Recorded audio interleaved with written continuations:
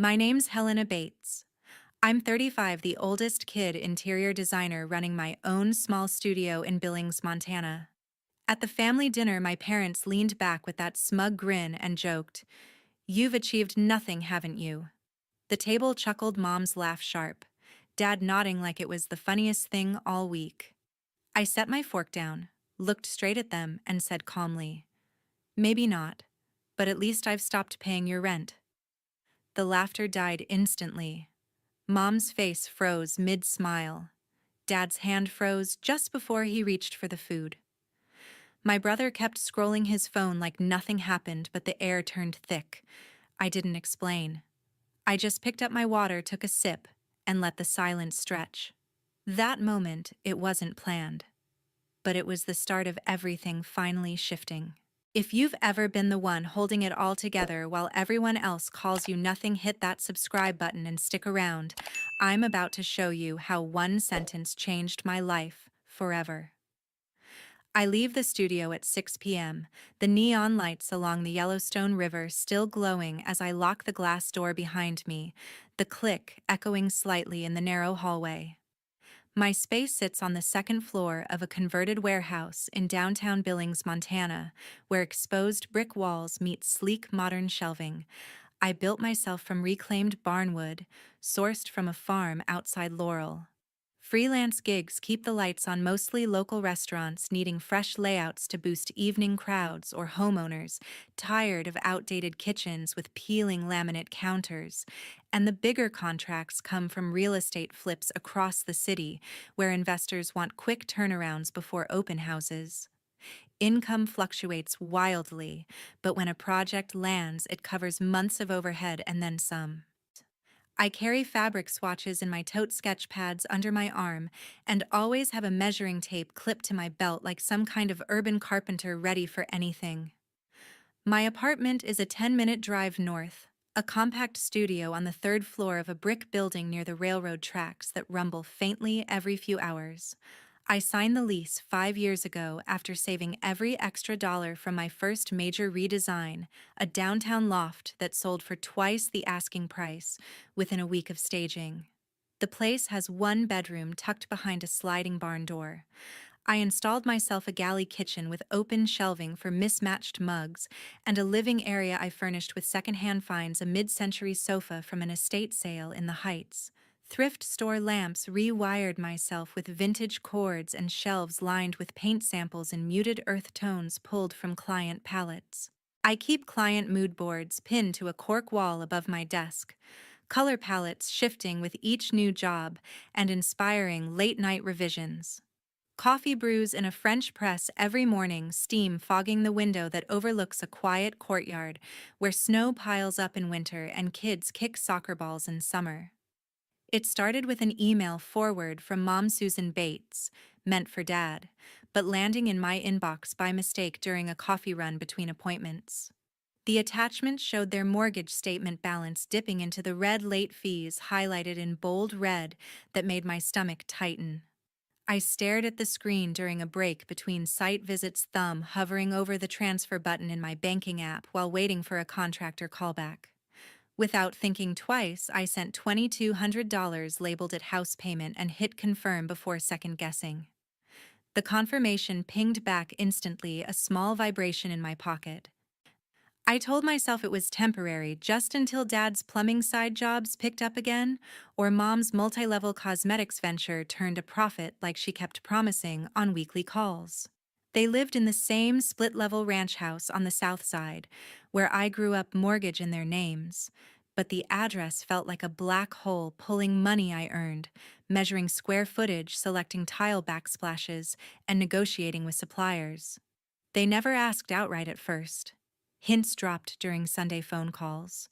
Mom mentioning the furnace acting up with a sigh, Dad complaining about rising property taxes while flipping channels, and I translated the subtext into action wiring funds before the next bill cycle even hit.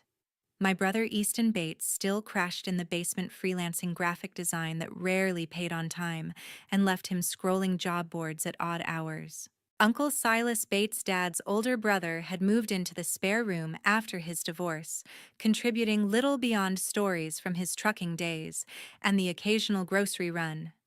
They all assumed I floated through life without real responsibilities, crashing at their place on weekends when projects kept me late or traffic snarled downtown. Truth was, I hadn't slept under their roof since college graduation, my schedule too packed with deadlines and installs.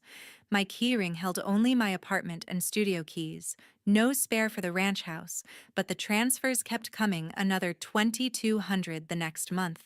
Then utility top-ups when the electric company threatened shutoff with a final notice taped to the door. Clients noticed the late nights and rescheduled walkthroughs. One homeowner asked why I pushed a final reveal 3 times in a row, her tone curious but edged with impatience. I blamed traffic on King Avenue, but really, I was balancing invoices against family requests that arrived via text at all hours.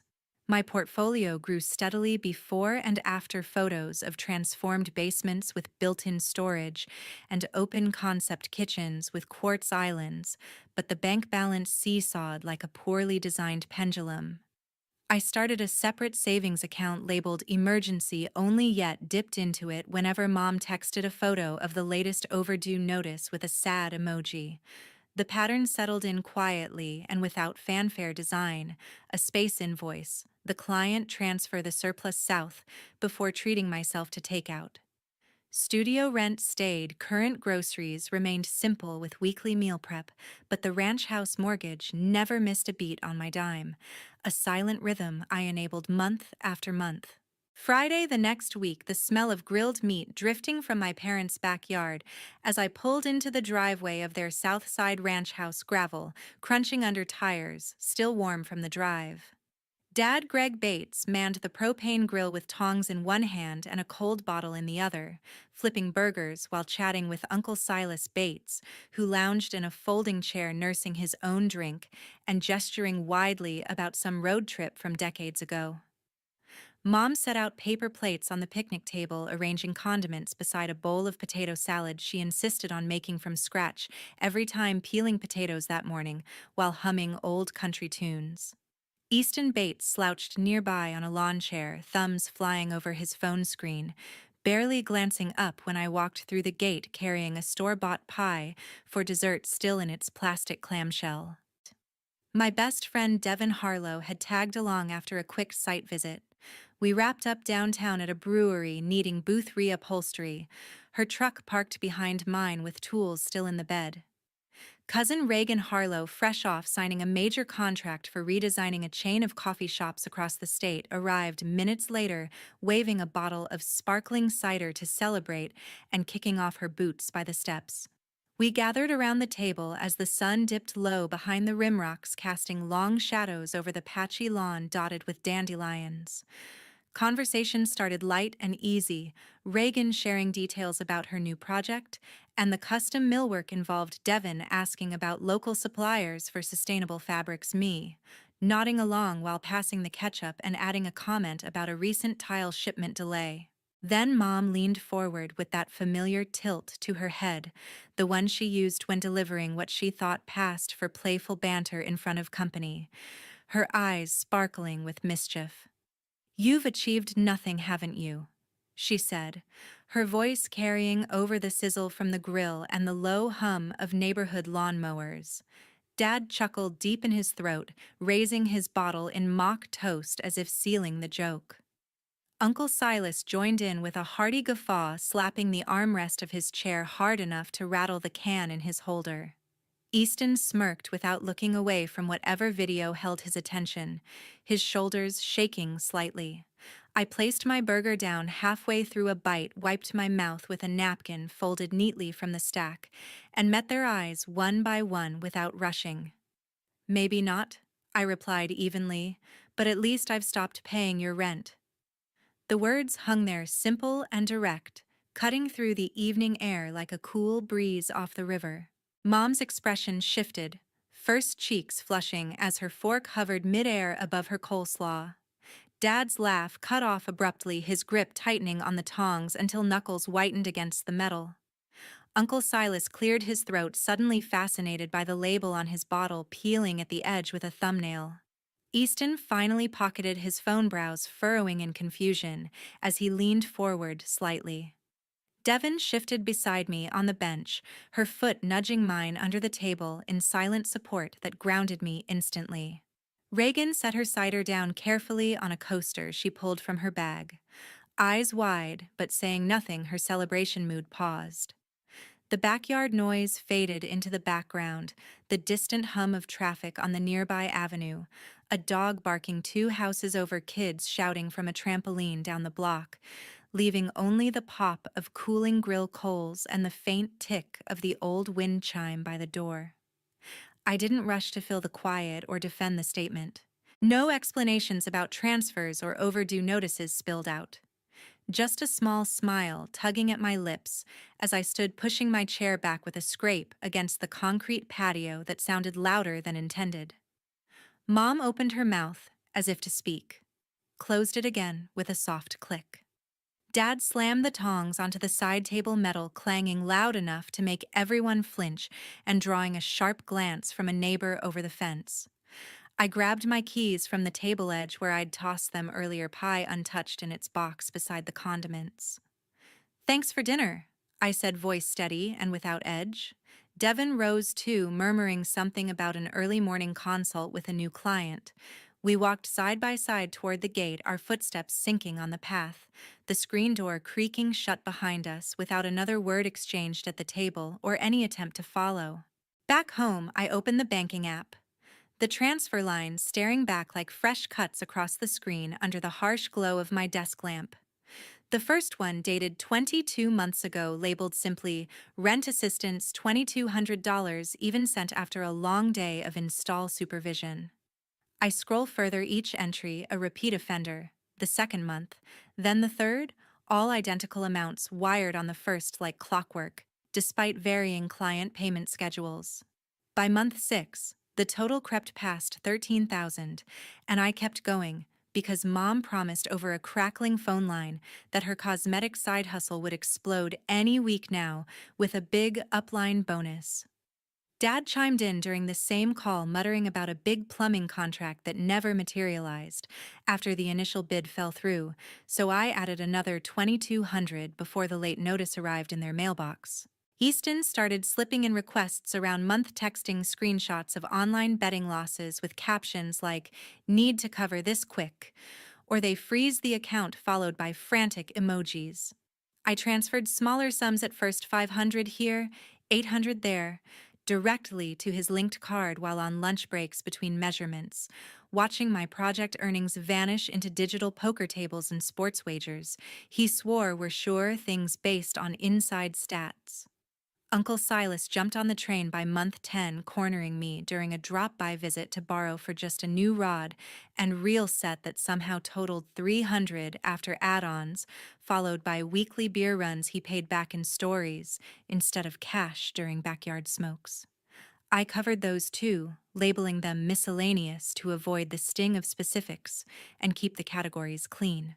The grand total neared $50,000 by the 18th month, a number that hit me during a quiet evening audit while sipping tea on the couch, with only the hum of the refrigerator for company.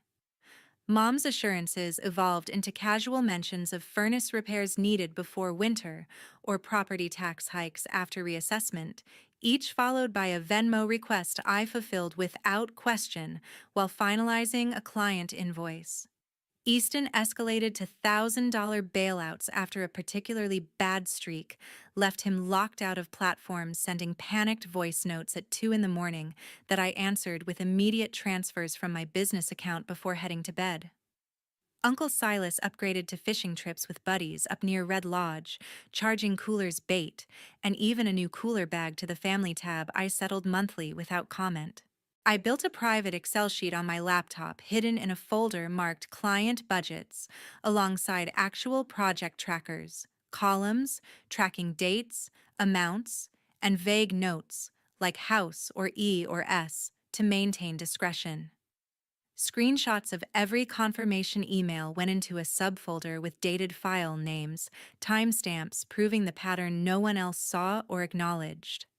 Mom texted, "This is the last time before every new crisis," a phrase that lost meaning after the 12th repetition and became background noise.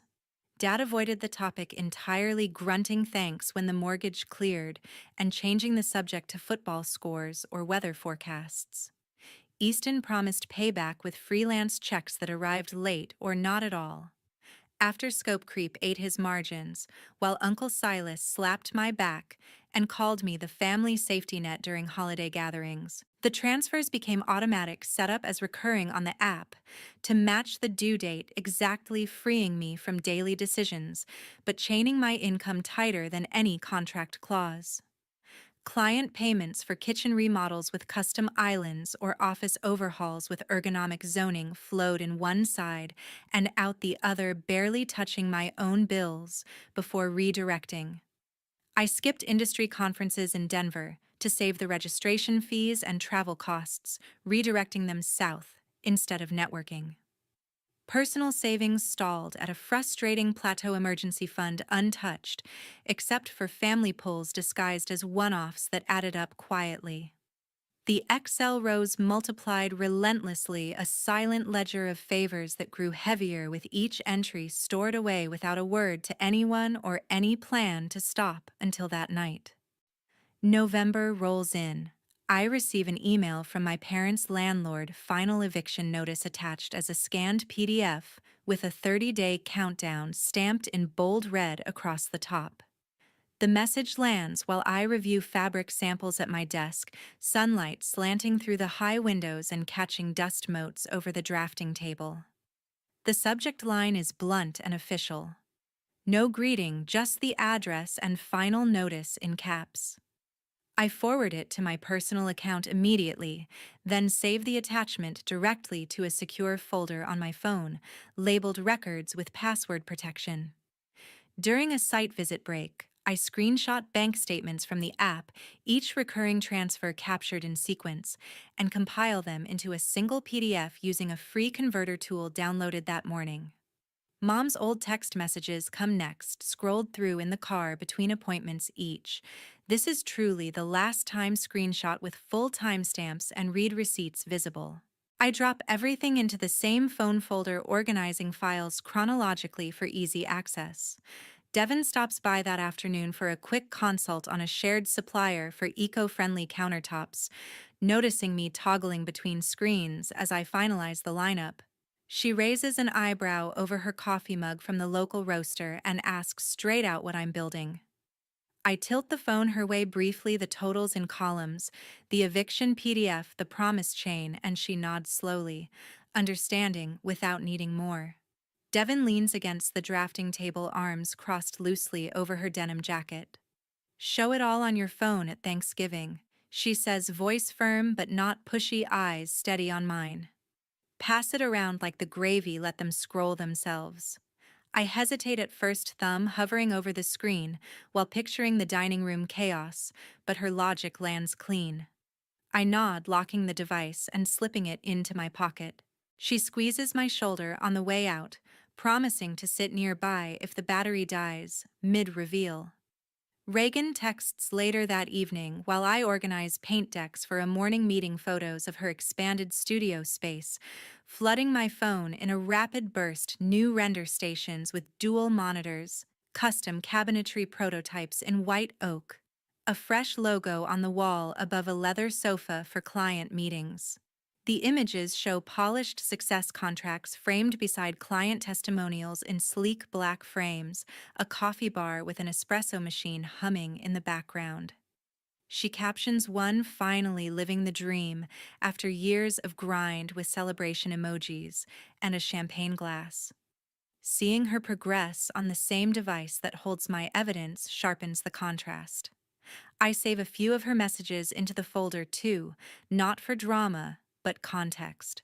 The phone becomes the entire case, statements merged into one scrollable document. Eviction notice bookmarked, texts in order. Landlord emails attached. Brightness stays on auto battery, fully charged each night. No paper, no folder, just a screen ready to wake with a tap. The device rests on the counter beside my keys, waiting for the holiday without rehearsal. Thanksgiving, the turkey just carved into thick slices on the platter. Everyone seated around the oak table in the dining room, with mismatched chairs pulled from storage, and even a folding one from the garage. Steam rises steadily from bowls of mashed potatoes whipped with extra butter, green bean casserole topped with crispy onions and cranberry sauce, glistening under the warm glow of the chandelier light that flickers slightly from a loose bulb. Dad passes the gravy boat to Uncle Silas with a nod, who ladles generously over his plate while recounting a fishing tale from last summer up near the Beartooths, his voice carrying over the clink of serving spoons. Mom adjusts the centerpiece of autumn leaves and mini pumpkins she arranged that morning, smiling at Reagan across the way as she describes her latest coffee shop install with animated gestures about the reclaimed wood accents. Easton pokes at his phone under the table edge screen, lighting his face intermittently, while Devon beside me refills water glasses with a steady hand and a quick glance my direction. I reach into my pocket at the perfect lull after the initial toast when conversation dips between bites, pulling out my phone and placing it face up in the center beside the salt shaker and a half-empty bottle of red. The screen wakes with a tap brightness maxed. I open the compiled PDF without ceremony or raised voice, zooming slightly, so the first transfer line fills the display. $2,200 on the first of every month for 22 months, I read aloud from the glowing text voice, even as if quoting a client spec during a final walkthrough. Totaling $48,400, exactly, not counting utilities or extras. I swipe to the eviction notice, next the landlord's seal enlarged, and the 30-day countdown underlined in red. Received this week, final notice before lockout and sheriff involvement. Mom's hand flies to her mouth, eyes widening as tears well up instantly and spill over without warning. She pushes back from the table slightly, chair legs scraping against the hardwood with a sharp sound. Dad slams his palm down hard enough to rattle silverware and send a ripple through the gravy. "Stop this nonsense right now," he demands, face reddening above his collar and veins standing out on his neck. "You're embarrassing everyone with your little phone stunt in front of company." Uncle Silas straightens in his seat fork, paused halfway to his mouth, gravy dripping unnoticed. "Family sticks together through thick and thin," he says, tone defensive and a touch louder than necessary. "That's how it works, always has." Easton sets his phone face down with a clatter, shifting uncomfortably in his chair. "It was just borrowing," he mutters, avoiding my gaze and picking at a roll instead. "I always plan to pay back once gigs picked up." I ignore the interruptions, completely swiping to the next section of text screenshots with deliberate calm. Promises of last time, repeated monthly across 2 years. I continue tilting the screen, so light catches evenly. Devon watches quietly from her spot, her presence a steady anchor amid the rising tension. Reagan leans forward slightly on her elbows, expression unreadable, but attentive. The room temperature seems to drop despite the oven warmth lingering from the kitchen and the faint scent of sage still in the air. Mom's sobs break the quiet, now soft at first, then building into shoulder-shaking waves muffled by her napkin. Dad stands halfway out of his chair, knuckles white on the table edge as if ready to swipe the device away. "Enough of this," he growls through clenched teeth. "Turn that thing off before you ruin the whole day." I lock the screen with a final tap that blanks it to black, meeting each pair of eyes around the circle one final time. Autopay canceled this morning at 8 sharp. I state clearly, volume unchanged. You handle everything from here. No more safety net. Chairs shift awkwardly as I rise, slipping the phone back into my pocket. No one moves to block the path to the hallway or even calls out. Mom's crying echoes behind me, raw and unbroken. Easton remains seated, staring at his plate where food cools untouched. Uncle Silas clears his throat but says nothing more, returning to his meal. I step into the hallway without looking back, Devon following without a word or hesitation. The front door closes softly on the chaos, leaving the holiday dinner fractured in our wake under the dim porch light. 4 months later, I hang a fresh design board on the studio wall at 7 a.m., pins, securing fabric samples, floor plans, and color chips under the early light filtering through the high warehouse windows that overlook the waking city. The space hums with new energy shelves stocked with recent material catalogs from European suppliers, a second drafting table added for overflow projects, and a whiteboard covered in timelines for upcoming installs. Contracts stack neatly in the inbox tray by the printer. One major deal sealed last week for redesigning a boutique hotel chain across 3 locations in the region with phased rollouts through summer.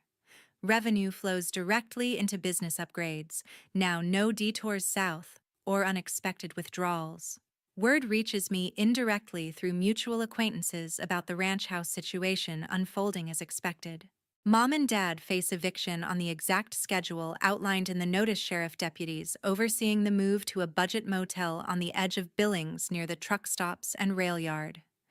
They haul belongings in cardboard boxes scavenged from liquor stores, the split level padlocked behind them with a bright orange sticker on the door.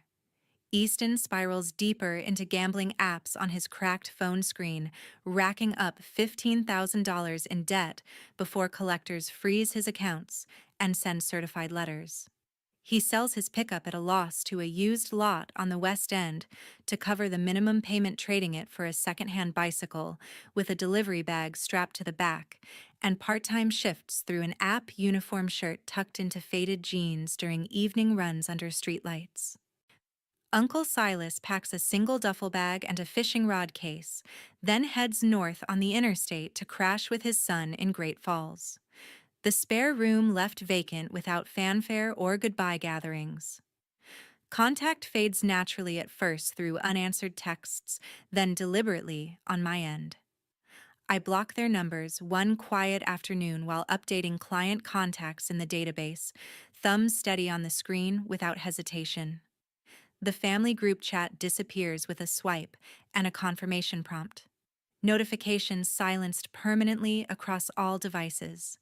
Emails bounce to spam filters I set up during a quiet lunch break at the desk, unread and unopened subject lines ignored.